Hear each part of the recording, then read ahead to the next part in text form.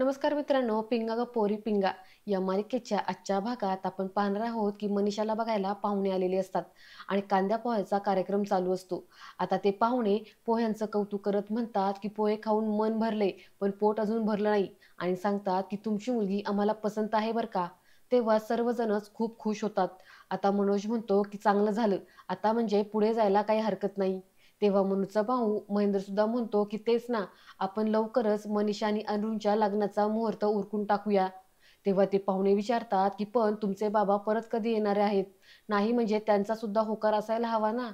तेव्हा महेंद्र सांगतो की तुम्ही त्यांची काळजी करू नका.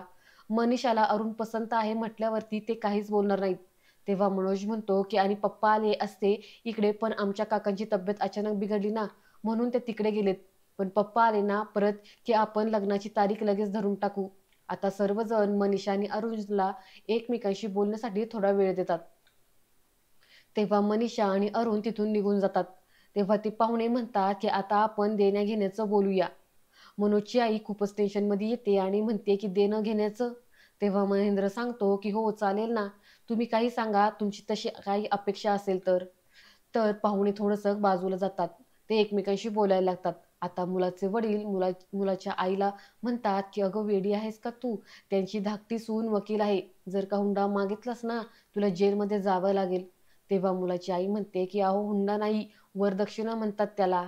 तेव्हा मुलाचे बाबा म्हणतात की अगं मुलगी चांगली आहे ना, मग कशाला पाहिजे वरदक्षिणा? आणि जर का वरदक्षिणा पाहिजे नसेल ना तुला, तर तुला जेलमध्ये जावं लागेल खडी फोडायला. असं म्हणून या दोघांचाही वाद सुरू असतो.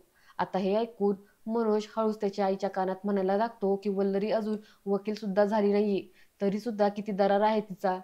तेव्हा मनोजची आई म्हणते की ती चांगली गोष्ट आहे, पण मला काय म्हणायचंय की ते मिठूचं प्रकरण जर यांच्या कानापर्यंत गेलं आणि यांनी जर ठरलेलं लग्न मोडलं तर असं नको व्हायला बरं का म्हण्या.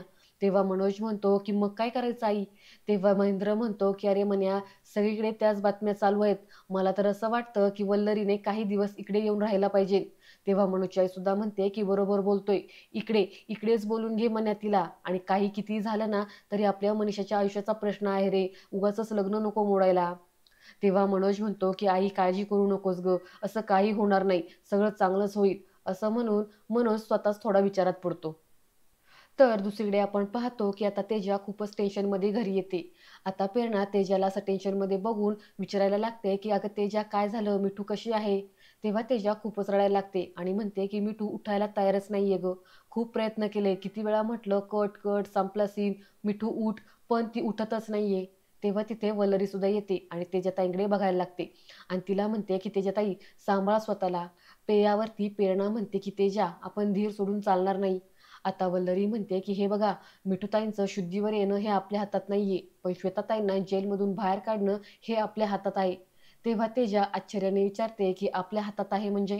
तेव्हा वल्लरी सांगते की म्हणजे श्वेताताईंना सोडवण्यासाठी आपल्याला त्या अनिमेचा नंबर हवाय आणि तो श्वेताताईंच्या फोनमध्ये आहे. तेव्हा तेजा म्हणते की हो मग? तेव्हा वल्लरी म्हणते की मग आपण जर का श्वेताताईंचा फोन हॅक केला तर आपल्याला त्यांचा नंबर मिळून जाईल आणि त्यासाठी मला तुमच्या मदतीची गरज आहे. तेव्हा तेजा खूप शॉक होते आणि वल्लरीला म्हणते की डोक्यावर पडली आहेस का ग तू वल्लरी?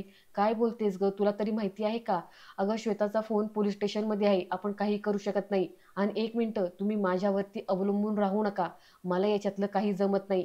तेव्हा वल्लरी म्हणते की हे बघा तेजाताई, मला माहिती आहे तुमचा श्वेताताईंवर राग आहे, पण मी तुम्हाला असं म्हणते की तुम्ही जो श्वेताताईंवर आरोप करताय तो गुन्हा जर का सिद्ध झाला ना, तर मी तुमच्या बाजून होईल. पण आता तुम्ही प्लीज मला मदत करा. आणि ती त्याच्यासमोर हात जोडत म्हणते की खरंच तुमच्या मदतीची खूप गरज आहे आम्हाला. तेव्हा तेजा वैतागत म्हणते की अगं वल्लरी, मदत करण्यासाठी, श्वेताचा फोन हॅक करण्यासाठी तो आपल्याकडे नाहीच आहे, मग आपण कसा हॅक करणार आहे तिचा फोन? तेव्हा प्रेरणा म्हणते की हे बघ तेजा, रागवू नकोस, पण तुला एक गोष्ट सुचवू का? मनोज भाऊजींच्या केसच्या वेळेस तुझा तो मित्र होता ना, त्याने आपल्याला मदत केली होती, त्याच्याशी बोलून बघशील का एकदा? तेव्हा तेजा म्हणते की अगं विनोद का? कदाचित तो आपल्याला मदत करायला रेडी सुद्धा होईल. अगं पण त्यासाठी श्वेताचा फोन नाही का लागणार आपल्याला? तो तर पोलिसांकडे आहे. किती वेळा सांगू तुम्हाला? तुम्हाला कसं कळत नाहीये, हे सगळं अशक्य आहे. तेव्हा प्रेरणा म्हणते की तेजा, आपलं काय ठरलंय? तिघींनी मिळून एकत्र राहायचं आणि जो काही प्रॉब्लेम असेल ना तो सोडवायचा, असं ठरलंय ना? मग तू एकदा फोन करून बघ ना. तेव्हा वल्लरी सुद्धा तेजाला म्हणायला लागते की तेजाताई प्लीज करा ना प्रयत्न एकदा. मित्रांनो, हा सीन पाहिल्यावरती मला मोठा प्रश्नच पडलाय की यांना श्वेताला जेलमधून बाहेर काढायचे आणि त्यासाठी हे आता श्वेताचाच मोबाईल हॅक करतायत. एवढं करण्यापेक्षा डायरेक्ट जाऊन श्वेताला त्या अनिमेचा नंबर विचारायचा ना, किंवा तो कुठे राहतो, काय करतो त्याबद्दल श्वेता सांगेलच की माहिती. मोबाईल हॅक करण्याची एवढी मोठी रिस्क घेण्यापेक्षा सरळ जाऊन श्वेताला समजावून तिच्याकडूनच अनिमेषबद्दलची माहिती घ्यायची ना. उगाचच ना सिरियल ह्यांनी फरफडत लांबवली. मित्रांनो, तुमचं काय मत आहे ते मला कमेंटद्वारे नक्की कळवा. चला तर पाहूया आता पुढे काय होतं ते. आता तेजाचा मित्र विनोद घरी आलेला असतो. तेव्हा तेजा म्हणते की बघ, तुला केसचं बॅकग्राऊंड माहिती आहे. फोन आता पोलिसांकडे आहे, पण काही करून तिचा फोन हॅक करू शकतो का आपण? म्हणजे तिच्या फोनमध्ये एक नंबर आहे ना, तो आपल्याला हवाय काही करून. तेव्हा विनोद म्हणतो की करता येईल. मी एक काम करतो, मी एक लिंक क्रिएट करतो. तेव्हा ती लिंक मी श्वेताच्या मोबाईलवरती पाठवतो आणि मग श्वेताचा फोन चालू करून ती लिंक आपल्याला ओपन करावी लागेल. असं केलं तर मोबाईलचा ॲक्सेस आपल्याला मिळेल आणि मग आपण मोबाईलची सगळी हिस्ट्री हॅक करू शकतो. तेव्हा तेजा म्हणते की वाह! काय कमाल आहेस रे तू. तेव्हा विनोद विचारतो की का काय झालं? तेव्हा तेजा रागाने म्हणते की काय झालं काय? आत्ता सांगितलं ना की तो फोन पोलिसांच्या ताब्यात आहे. आपण कशी लिंक ओपन करणार आहोत त्यामध्ये? तेव्हा विनोद म्हणतो की पण दुसरा काही ऑप्शनच नाहीये. आता प्रेरणासुद्धा खूप टेन्शनमध्ये येते आणि ती म्हणते की स्वामी, आता पोलीस स्टेशनमधून श्वेताचा फोन मिळवायचा कसा? तेव्हा तेजा म्हणते की हेच मी मगापासून सांगायचा प्रयत्न करतीये, पण तुम्ही ऐकतच नव्हतात. पोलिसांकडून फोन मिळवणं इम्पॉसिबल आहे. हा प्लॅन ड्रॉप करावा लागेल आपल्याला. तेव्हा वल्लरी म्हणते की प्लॅन काही ड्रॉप वगैरे करायची गरज नाहीये. श्वेताताईंच्या फोनचं तुम्ही माझ्यावरती सोडा. तेव्हा तेजा आच्छादीने विचारते की एक मिनिटं, माझ्यावर सोडा म्हणजे नक्की काय करणार आहेस तू? यावरती वल्लरी म्हणते की म्हणजे त्या फोनवर लिंक कशी ओपन करायची ना ते तुम्ही माझ्यावरती सोडा. ती माझी जबाबदारी. तेव्हा तेजा आणि प्रेरणा ह्या दोघीजणी तिच्याकडे बघू लागतात. आता तेजा म्हणते की तू डोक्यावर पडली आहेस का गं? तो फोन पोलिसांच्या ताब्यात आहे. श्वेताला अरेस्ट झालीये. तो कसा तुला देतील? अगं तो फोन त्यांचा पुरावाचा एक भाग आहे ना. तेव्हा प्रेरणा म्हणते की तेजा ती म्हणते ना ते मला पटतंय गं. नसतं धाडस करायची काही गरज नाहीये. उगाच पोलिसांना डाऊट आला ना तर महागात पडेल ते आपल्याला. त्यापेक्षा आपण वेगळा काहीतरी प्लॅन करूया. यावरती वल्लरी म्हणते की नाही प्रेरणाताई, आता आपल्याला मैत्रिणीसाठी एवढं धाडस करावंच लागेल आणि मी करेन ते. यानंतर दुसरीकडे आपण पाहतो की पोलीस स्टेशनमध्ये इन्स्पेक्टर मीरा एका दुसऱ्या केसबद्दल कॉन्स्टेबल मालुसरेसोबत बोलत असतात. त्या म्हणतात की मालुसरे, त्या काळेला मॅजिस्ट्रेट कोर्टमध्ये हजर करायचं आहे. ते माहिती आहे ना? आणि चोरीचा हा सगळा माल जो आहे तो गाडीमध्ये नीट ठेवा. ट्रॅफिकच्या हिशोबाने गाडी चालवा, नाहीतर कोर्टात बोलणी खावी लागतील. आता तितक्यात वल्लरी तिथे येते. इन्स्पेक्टर मीरा वल्लरीला बघून म्हणते की वल्लरी भांबरे, आज पुन्हा पोलीस स्टेशनमध्ये? मैत्रिणीला भेटल्याशिवाय चैन पडत नाही वाटतं. सांगितलं होतं ना सारखं सारखं भेटायला देणार नाही म्हणून. तेव्हा वल्लरी म्हणते की हो, पण आज पहिल्यांदा त्यांच्यासाठी घरचा डबा घेऊन आलीये मी. यावरती मीरा इन्स्पेक्टर विचारतात की घरचं जेवण आजच का? एवढ्या दिवस नाही आणलं घरचं जेवण, मग आजच का एवढा पुळका आलाय मैत्रिणीचा? काय स्पेशल काय आहे आज? तेव्हा वल्लरी म्हणते की त्यांची आवडीची भाजी केली होती ना, म्हणून घेऊन आलीये. तेव्हा इन्स्पेक्टर मीरा म्हणते की आवडीची भाजीच आहे ना नक्की या डब्यामध्ये? वल्लरी म्हणते की हो, दुसरं काही नाही, नेहमीचंच आहे भाजी पोळी. तेव्हा इन्स्पेक्टर मीरा वल्लरीच्या हातातून डब्बा घेतात आणि म्हणतात की बघू, असं म्हणून ते डब्बा बघायला लागतात. तर दुसरीकडे इकडे तेजा आणि तिचा मित्र विनोद हे दोघं जण मिळून एक लिंक क्रिएट करत असतात. प्रेरणा त्यांच्याजवळ येते आणि म्हणते की तेजा, तुम्ही जे काही करत आहात ना ते जपून करा.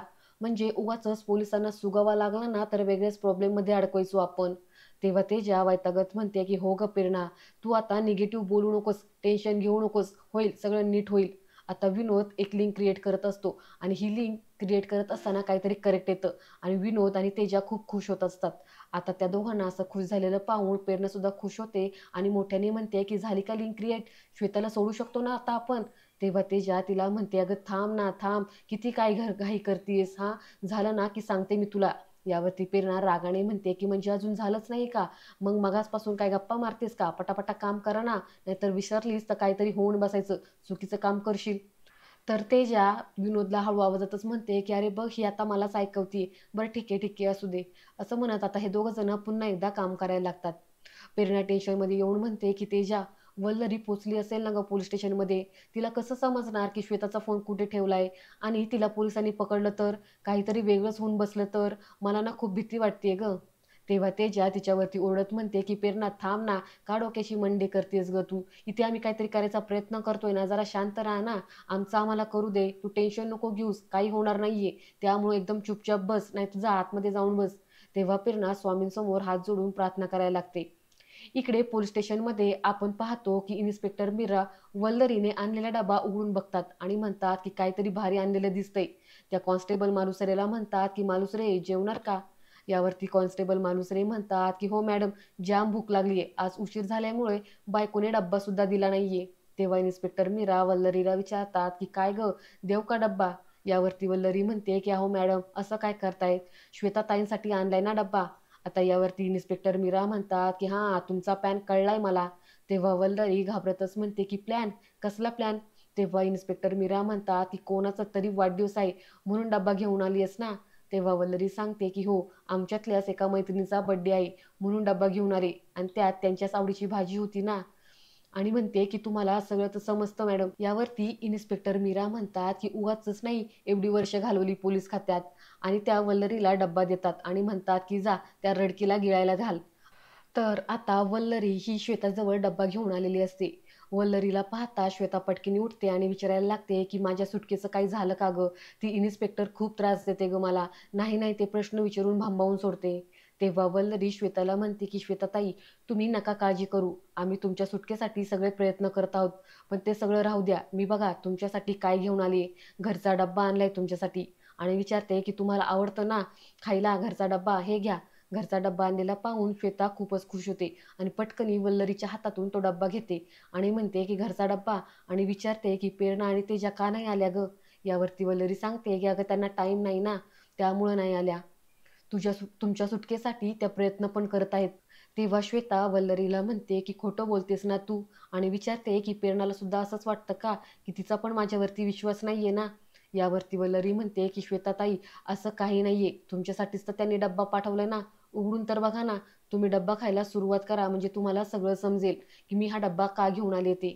श्वेता डब्बा उघडून पाहते आणि खूपच इमोशनल होते आणि रडायला लागते आणि म्हणते की माझ्या आवडीची भाजी प्रेरणाने केली आहे ना माझ्यासाठी, असं म्हणून ती पटापटा जेवायला लागते. आता वल्लरी श्वेताला म्हणते की हे बघा श्वेताताई, एक गोष्ट कायम लक्षात ठेवा, काही झालं ना तरी आम्ही सगळ्याजणी तुमच्या पाठीशी आहोत, मिठूताई सुद्धा. आता मिठूचं नाव ऐकता श्वेता विचारते की मिठू कशी आहे ग? डॉक्टर काय म्हणालेत, होईल ना बरी? तेव्हा वल्लरी रड तेव्हा वल्लरी रडतच म्हणते की हो, मिठूताई लवकरच बऱ्या होणार आहेत. मी तुम्हाला काय म्हटलं, तुम्ही प्रार्थना करत राहा. आपल्या मिठूताई लवकरच बऱ्या होतील आणि त्यांना लवकरच शुद्ध येईल आणि मग आपली केस अजूनच सोपी होऊन जाईल.